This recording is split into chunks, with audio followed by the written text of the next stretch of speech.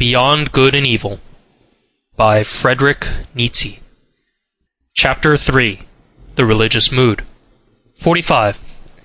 The human soul and its limits, the range of a man's inner experiences, hitherto attained, the heights, depths, and distances of these experiences, the entire history of the soul up to the present time, and its still unexhausted possibilities. This is the preordained hunting domain for a born psychologist and lover of a big hunt. But how often must he say despairingly to himself, "A single individual, alas, only a single individual, and this great forest, this virgin forest." So he would like to have some hundreds of hunting assistants and fine-trained hounds that he could send into the history of the human soul to drive his game together. In vain, again and again he experiences, profoundly and bitterly, how difficult it is to find assistants and dogs for all the things that directly excite his curiosity. The evil of sending scholars into new and dangerous hunting domains, where courage, sagacity, and subtlety in every sense are required, is that they are no longer serviceable just when the big hunt and also the great danger commences. It is precisely then that they lose their keen eye and nose.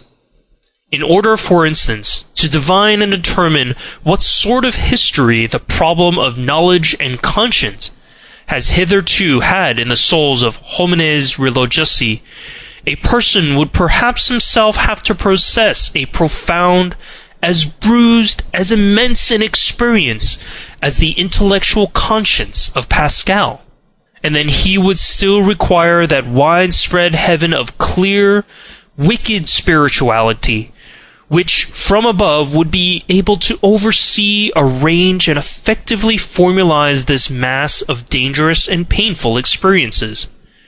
But who would do me this service? And who would have time to wait for such servants? They evidently appear too rarely. They are so improbable at all times. Eventually one must do everything oneself in order to know something, which means that one has much to do. But a curiosity like mine is once for all the most agreeable of vices. Pardon me, I mean to say that the love of truth has its reward in heaven and already upon earth. 46. Faith such as early Christianity desired and not infrequently achieved in the midst of a skeptical and southernly free-spirited world, which had centuries of struggle between philosophical schools behind it and in it, counting besides the education in tolerance which the Imperium Romanum gave. This faith is not that sincere, austere slave faith by which perhaps a Luther or a Cromwell or some other northern barbarian of the spirit remained attached to his God and Christianity. It is much rather the faith of Pascal, which resembles in a terrible manner a continuous suicide of reason, a tough, long-lived, worm-like reason which is not to be slain at once and with a single blow. The Christian faith from the beginning is sacrifice, the sacrifice of all freedom, all pride, all self-confidence of spirit. It is the same time subjection, self-derision, and self-mutilation. There is cruelty and religious Phoenicianism in this faith, which is adapted to a tender, many-sided, and very fastidious conscience. It takes for granted that the subjection of the spirit is indescribably painful, that all the past and all the habits of such a spirit resist the absurdism in the form of which faith comes to it. Modern men, with their obtuseness as regards all Christian nomenclature, have no longer the sense for the terribly superlative conception which was implied to an antique taste by the paradox of the formula, God on the cross. Hitherto there had never and nowhere been such boldness in inversion, nor anything at once so dreadful, questioning, and questionable as this formula. It promised a transvaluation of all ancient values. It was the Orient, the profound Orient. It was the Oriental slave who thus took revenge on Rome and its noble, light-minded toleration, on the Roman Catholicism of non-faith, and it was always not the faith, but the freedom from the faith, the half-stoical and smiling indifference to the seriousness of the faith, which made the slaves indignant at their masters and revolt against them. Enlightenment causes revolt, for the slave desires the unconditioned. He understands nothing but the tyrannous, even in morals. He loves as he hates without nuance, to the very depths, to the point of pain, to the point of sickness. His many hidden sufferings make him revolt against the noble taste which seems to deny suffering. The skepticism with regard to suffering, fundamentally only an attitude of aristocratic morality, was not the least of the causes also of the last great slave insurrection which began with the French Revolution. 47. Whenever the religious neurosis has appeared on the earth so far, we find it connected with three dangerous prescriptions as to regimen: solitude, fasting, and sexual abstinence, but without its being possible to determine with certainty which is cause and which is effect, or if any relation at all of cause and effect exists there.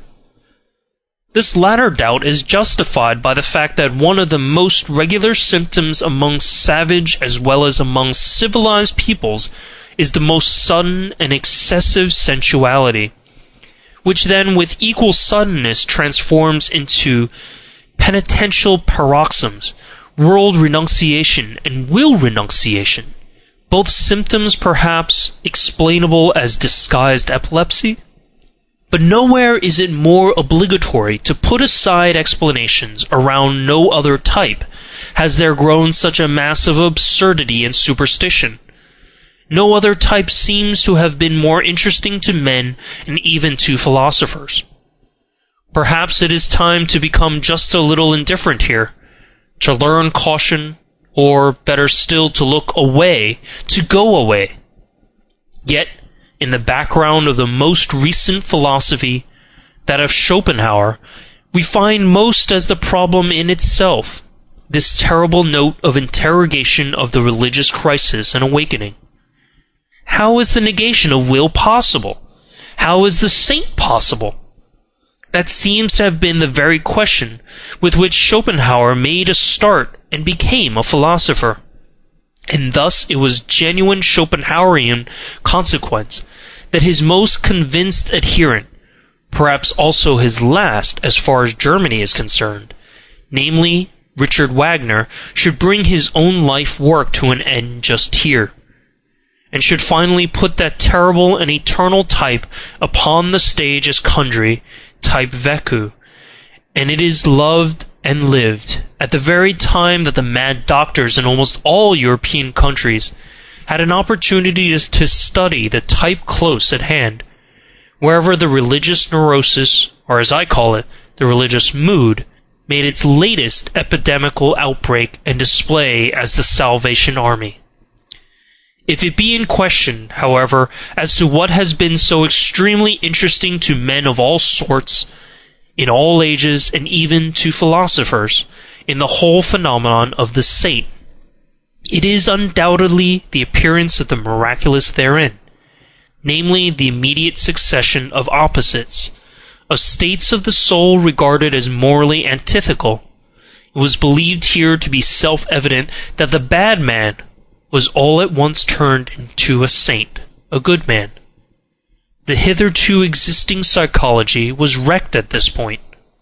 Is it not possible it may have happened principally because psychology had placed itself under the dominion of morals, because it believed in oppositions of moral values, and saw, read, and interpreted these oppositions into the text and facts of the case.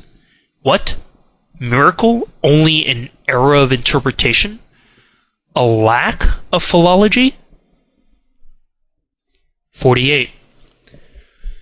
It seems that the Latin races are far more deeply attached to their Catholicism than we Northerners are to Christianity generally, and that consequently unbelief in Catholic countries means something quite different from what it does among Protestants, namely, a sort of revolt against the spirit of the race, while with us it is rather a return to the spirit, or non-spirit of the race. We Northerners undoubtedly derive our origin from barbarous races. Even as regards our talents for religion, we have poor talents for it. One may make an exception in the case of the Celts, who have theretofore furnished also the best soil for Christian infection in the north. The Christian ideal blossomed forth in France as much as ever the pale sun of the north would allow it. How strangely pious for our taste are still these later French skeptics, wherever there is any Celtic blood in their origin. How Catholic, how un-German does Auguste Comte's sociology seem to us, with the Roman logic of its instincts. How Jesuitical that amiable and shrewd Cicerone of Port Royal, Saint Beuve, in spite of all his hostility to Jesuits, and even Ernest Renan, how inaccessible to us Northerners does the language of such a Renan appear, in whom every instant the merest touch of religious thrill throws his refined, voluptuous, and comfortable couching soul off its balance. Let us repeat after him these fine sentences, and what wickedness and haughtiness is immediately aroused by way of answer in our probably less beautiful but harder souls, that is to say, in our more German souls. Disons donc carrément que la religion est un produit de l'homme normal, que l'homme est le plus dans le vrai quand il est, le plus religieux et le plus assuré d'un destin infini. C'est quand il est bon qu'il vote que la vertu corresponde à un ordre éternel. C'est quand il contemple les choses d'une manière destressée qu'il trouve la mort révolute et absurde. Comment ne pas supposer que c'est dans ces mondes laquelle l'homme voit le mieux? These sentences are so extremely antipodal to my ears and habits of thought that in my first impulse of rage on finding them I wrote on the margin, La nacere religious par excellence, until in my later rage I even took a fancy to them, these sentences with their truth absolutely inverted. It is so nice and such a distinction to have one's own antipodes. 49. That which is so astonishing in the religious life of the ancient Greeks is the irrestrainable stream of gratitude which it pours forth. It is a very superior kind of man who takes such an attitude towards nature and life. Later on, when the populace got the upper hand in Greece, fear became so rampant also in religion, and Christianity was preparing itself. 50. The passion for God, there are churlish, honest-hearted, and importune kinds of it. Like that of Luther, the whole of Protestantism lacks the southern delicatezza.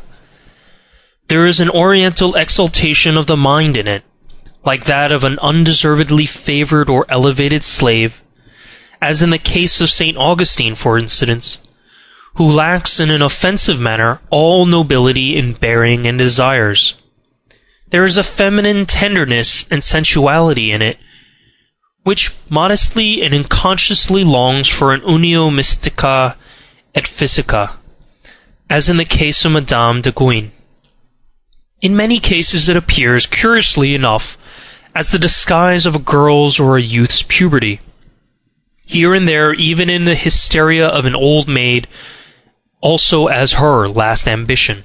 The Church has frequently canonized the woman in such a case. 51. The mightiest men have hitherto always bowed reverently before the saint, as the enigma of self-subjugation and utter voluntary privation. Why did they thus bow? They divined in him, and as it were behind the questionableness of his frail and wretched appearance, the superior force which wished to test itself by such a subjugation. The strength of will in which they recognized their own strength and love of power, and knew how to honor it. They honored something in themselves when they honored the saint. In addition to this, the contemplation of the saint suggested to them a suspicion.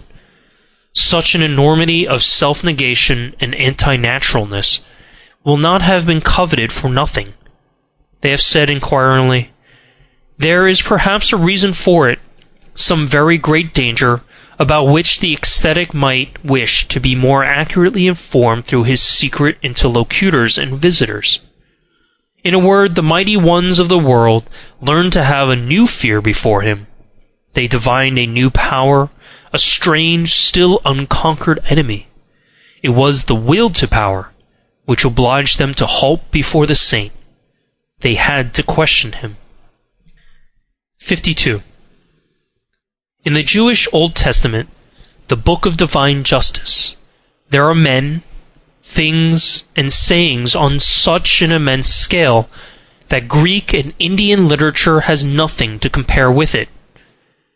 One stands with fear and reverence before those stupendous remains of what man was formerly, and one has sad thoughts about old Asia and its little outpushed peninsula Europe, which would like, by all means, to figure before Asia as the progress of mankind. To be sure, he who himself only a slender, tame house animal, and knows only the wants of a house animal, like our cultured people of today, including the Christians of cultured Christianity, need neither be amazed nor even sad amid those ruins. The taste for the Old Testament is a touchstone with respect to great and small. Perhaps he will find that the New Testament, the book of grace, still appeals more to his heart. There is much of the odor of the genuine, tender, stupid beadsman and petty soul in it. To have bound up this New Testament, a kind of rococo of taste in every respect, along with the Old Testament into one book as the Bible, as the book in itself, is perhaps the greatest audacity and sin against the spirit which literary Europe has upon its conscience. 53. Why atheism nowadays? The Father in God is thoroughly refuted. Equally so the judge, the rewarder, also his free will. He does not hear, and even if he did, he would not know how to help.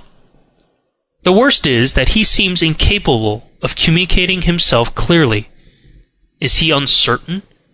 This is what I have made out, by questioning and listening at a variety of conversations, to be the cause of the decline of European theism. It appears to me that though the religious instinct is in vigorous growth, it rejects the theistic satisfaction with profound distrust. 54. What does all modern philosophy do? Since Descartes, and indeed more in defiance of him than on the basis of his procedure, an attentat has been made on the part of all philosophers on the old conception of the soul, under the guise of a criticism of the subject and predicate conception, that is to say, an attentat on the fundamental presupposition of Christian doctrine. Modern philosophy, as an epistemological skepticism, is secretly or openly anti-Christian, although, for keener ears be it said, by no means anti-religious. Formerly, in effect, one believed in the soul as one believed in grammar and the grammatical subject. One said I is the condition, think is the predicate, and is conditioned. To think is an activity for which one must suppose a subject as cause. The attempt was then made with marvelous tenacity and subtlety to see if one could not get out of this net, to see if the opposite was not perhaps true. Think, the condition, and I, the conditioned. I, therefore, only a synthesis which has been made by thinking itself. Kant really wished to prove that, starting from the subject. The subject could not be proved, nor the object either. The possibility of an apparent existence of the subject, and therefore of the soul, may not always have been strange to him. The thought that once an immense power on earth, as the vendetta philosophy. 55. There is a great ladder of religious cruelty, with many rounds, but three of these are the most important. Once on a time men sacrificed human beings to their God, and perhaps just those they loved the best. To this category belong the firstling sacrifices of all primitive religions, and also the sacrifice of the Emperor Tiberius in the Mithra grotto on the island of Capri, that most terrible of all Roman anachronisms. Then, during the immoral epoch of mankind, they sacrificed to their god the strongest instincts they possessed, their nature. This festal joy shines in the cruel glances of ascetics and anti-natural fanatics. Finally, what still remained to be sacrificed? Was it not necessary in the end for men to sacrifice everything, comforting, holy, healing, all hope, all faith in hidden harmonies, in future blessedness and justice? Was it not necessary to sacrifice God himself, and out of cruelty to themselves to worship stone, stupidity, gravity, fate, nothingness? To sacrifice God for nothingness, this paradoxical mystery of the ultimate cruelty, has been reserved for the rising generation. We all know something, therefore, already. 56. Whoever, like myself, prompted by some enigmatical desire, has long endeavored to go to the bottom of the question of pessimism, and free it from the half-Christian, half-German narrowness and stupidity in which it has finally presented itself to this century, namely, in the form of Schopenhauer's philosophy. Whoever, with an Asiatic and super-Asiatic eye, has actually looked inside and into the most world-renouncing of all possible modes of thought, beyond good and evil, and no longer, like Buddha and Schopenhauer, under the dominion and delusion of morality, whoever has done this has perhaps just thereby, without really desiring it, opened his eyes to behold the opposite ideal, the ideal of the most world-approving, exuberant, and vivacious man, who has not only learnt to compromise and arrange with that which was and is, but wishes to have it again as it was and is, for all eternity, insatiably calling out da capo, not only to himself, but to the whole piece and play, and not only the play, but actually to him who requires the play, and makes it necessary, because he always requires himself anew, and makes himself necessary. What? And this would not be circulus vicius deus? 57. The distance, and as it were the space around man, grows with the strength of his intellectual vision and insight. His world becomes profounder, new stars, new enigmas, and notions are ever coming into view. Perhaps everything on which the intellectual eye has exercised its acuteness and profundity has just been an occasion for its exercise, something of a game, something for children and childish minds. Perhaps the most solemn conceptions have caused the most fighting and suffering. The conceptions God and sin will one day seem to us of no more importance than a child's plaything or a child's pain seems to an old man. And perhaps another plaything and another pain will be then necessary once more for the old man, always childish enough, an eternal child. D8. Has it been observed to what extent outward idleness or semi-idleness is necessary to a religious life, alike for its favorite microscopic labor of self-examination, and for its soft placidity called prayer, the state of perpetual readiness for the coming of God? I mean the idleness with a good conscience, the idleness of olden times and of blood, to which the aristocratic sentiment that work is dishonoring, that it vulgarizes the body and soul, is it not quite unfamiliar? And that consequently the modern, noisy, time-engrossing, conceited, foolishly proud laboriousness educates and prepares for unbelief more than anything else? Among these, for instance, who are at present living apart from a religion in Germany, I find freethinkers of diversified species and origin, but above all a majority of those in whom laboriousness from generation to generation was dissolved the religious instincts, so that they no longer know what purpose religions serve, and only note their existence in the world with a kind of dull astonishment. They feel themselves already fully occupied, these good people, be it by their business or by their pleasures, not to mention the fatherland, and the newspapers and their family duties. It seems that they have no time whatever left for religion, and above all, it is not obvious to them whether it is a question of a new business or a new pleasure, for it is impossible. They say to themselves that people should go to church merely to spoil their tempers. They are by no means enemies of religious customs, should certain circumstances, state affairs perhaps, require their participation in such customs. They do what is required, as so many things are done, with a patient and unassuming seriousness, and without much curiosity or discomfort.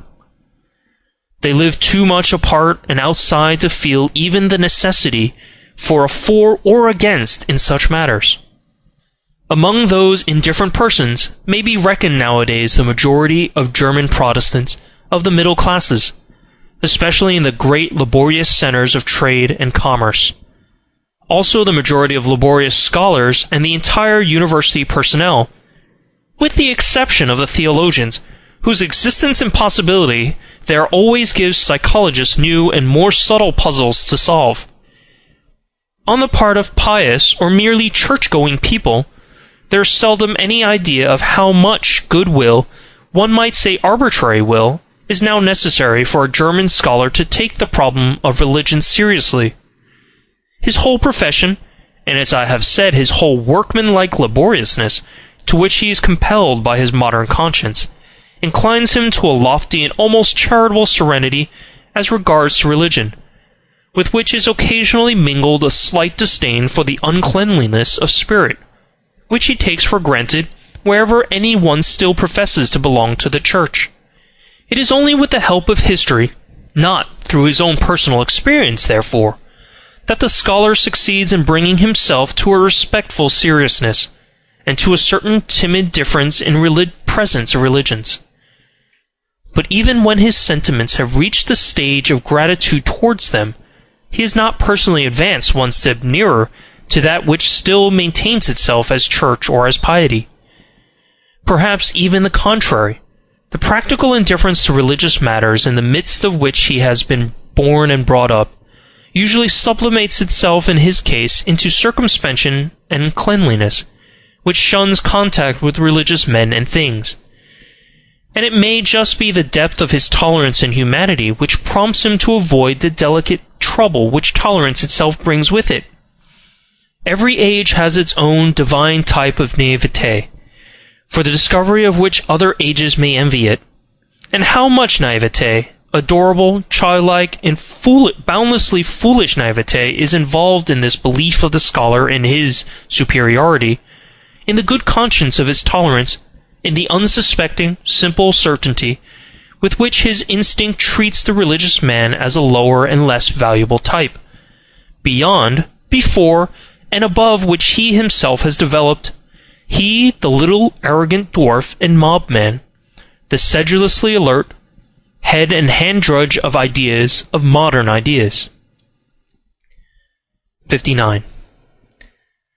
Whoever has seen deeply into the world has doubtless divined what wisdom there is in the fact that men are superficial. It is their preservative instinct that teaches them to be flighty, lightsome, and false. Here and there one finds a passionate and exaggerated adoration of pure forms, in philosophers as well as in artists. It is not to be doubted that whoever has need of the cult of the superficial, to that extent, has at one time or another made an unlucky dive beneath it. Perhaps there is even an order of rank with respect to those burnt children, the born artists who find the enjoyment of life only in trying to falsify its image, as if taking wearisome revenge on it. One might guess to what degree life has disgusted them, by the extent to which they wish to see its image falsified, attenuated, ultrified, and deified. One might reckon that homines religiosi among the artists as their highest rank. It is the profound, suspicious fear of an incurable pessimism which compels whole centuries to fasten their teeth into a religious interpretation of existence. The fear of the instinct which divines a truth might be attained too soon, before man has become strong enough, hard enough, artist enough. Piety, the life in God, regarded in this light, would appear as the most elaborate and ultimate product of the fear of truth, as artist adoration and artist intoxication in presence of the most logical of all falsifications, as the will to the inversion of truth to untruth at any price. Perhaps there has hitherto been no more effective means of beautifying man than piety. By means of it man can become so artful, so superficial, so iridescent, and so good that his appearance no longer offends. Paragraph 60.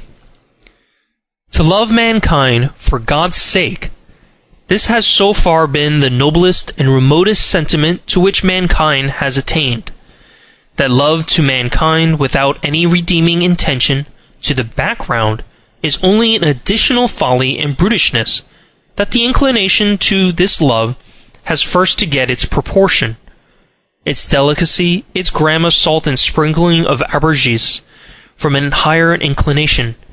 Whoever first perceived and experienced this, however his tongue may have stammered as it attempted to express such a delicate matter, let him for all time be holy and respected as the man who has so far flown highest and gone astray in the finest fashion.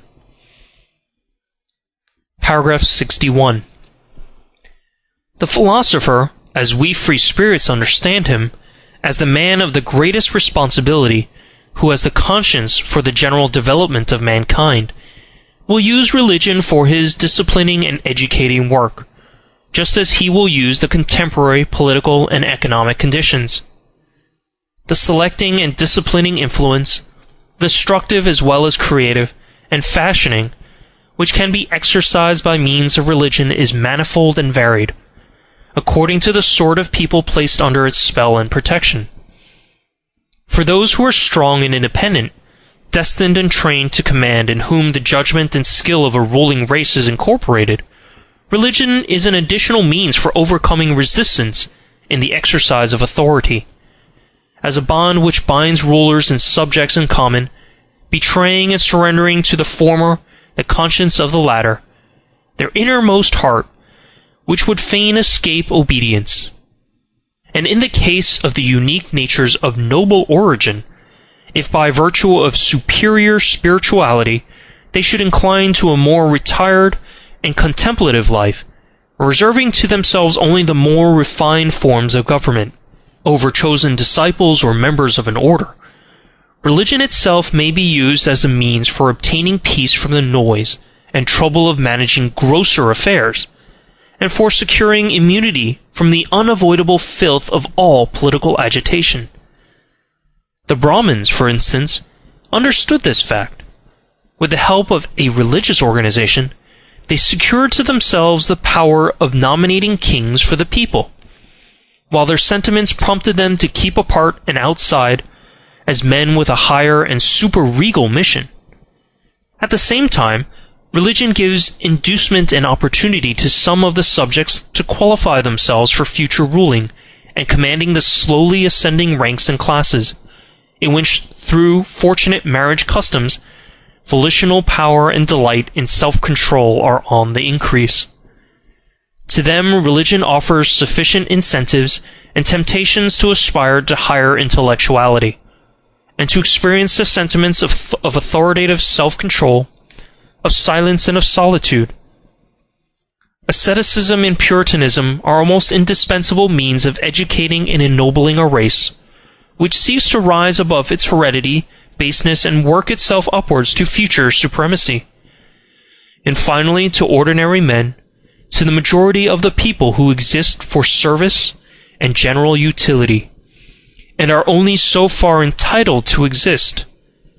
Religion gives invaluable contentedness with their lot and condition, peace of heart, ennoblement of obedience, additional social happiness and sympathy, with something of transfiguration and embellishment, something of justification of all commonplaceness, all the meanness, all the semi-annual poverty of their souls. Religion, together with the religious significance of life, sheds sunshine over such perpetually harassed men, and makes even their own aspect endurable to them. It operates upon them as the Epicurean philosophy usually operates upon sufferers of a higher order, in a refreshing and refining manner, almost turning suffering to account, and in the end even hallowing and vindicating it. There is perhaps nothing so admirable in Christianity and Buddhism as their art of teaching even the lowest to elevate themselves by piety to seemingly higher order of things, and thereby to retain their satisfaction with the actual world in which they find it difficult enough to live, this very difficult being necessary. Paragraph 62. To be sure to make also the bad counter-reckoning against such religions, and to bring to light their secret dangers, the cost is always excessive and terrible when religions do not operate as an educational and disciplinary medium in the hands of the philosopher, but rule voluntarily and paramountly when they wish to be the final end, and not a means along with other means. Among men, as among all other animals, there is a surplus of defective, diseased, degenerating, infirm, and necessarily suffering individuals. The successful cases, among men also, are always the exception, and in view of the fact that man is the animal not yet properly adapted to his environment, the rare exception. But worse still, the higher the type a man represents, the greater is the improbability that he will succeed. The accidental, the law of irrationality in the general constitution of mankind, manifests itself most terribly in its destructive effect on the higher orders of men, the conditions of whose lives are delicate, diverse, and difficult to determine. What then is the attitude of the two greatest religions above mentioned to the surplus of failures in life? They endeavor to preserve and keep alive whatever can be preserved.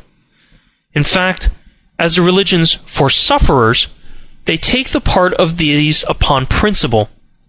They are always in favor of those who suffer from life as from a disease, and they would fain treat every other experience of life as false and impossible. However highly we may esteem this indulgent and preservative care, inasmuch as in applying to others, it has applied and applies also to the highest and usually the most suffering type of man, the hitherto paramount religions, to give a general appreciation of them, are among the principal causes which have kept the type of man upon a lower level. They have preserved too much that which should have perished. One has to thank them for invaluable services, and who is sufficiently rich in gratitude not to feel poor at the contemplation of all that the spiritual men of Christianity have done for Europe hitherto.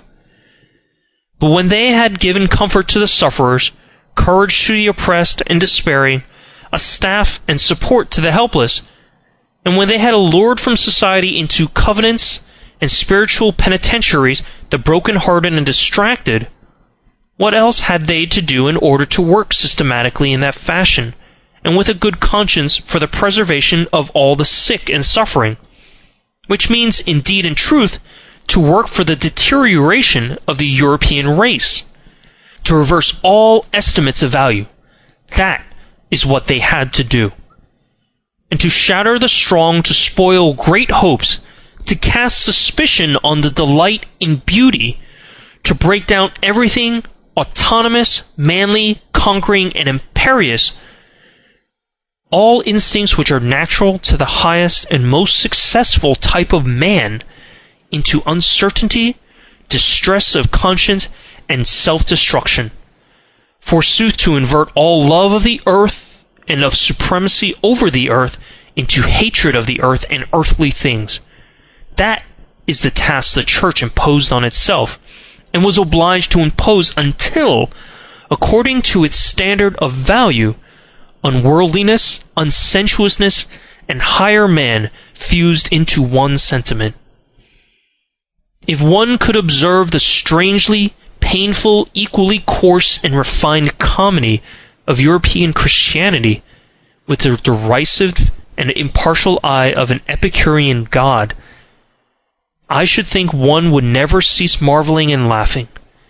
Does it not actually seem that some single will has ruled over Europe for 18 centuries in order to make a sublime abortion of man?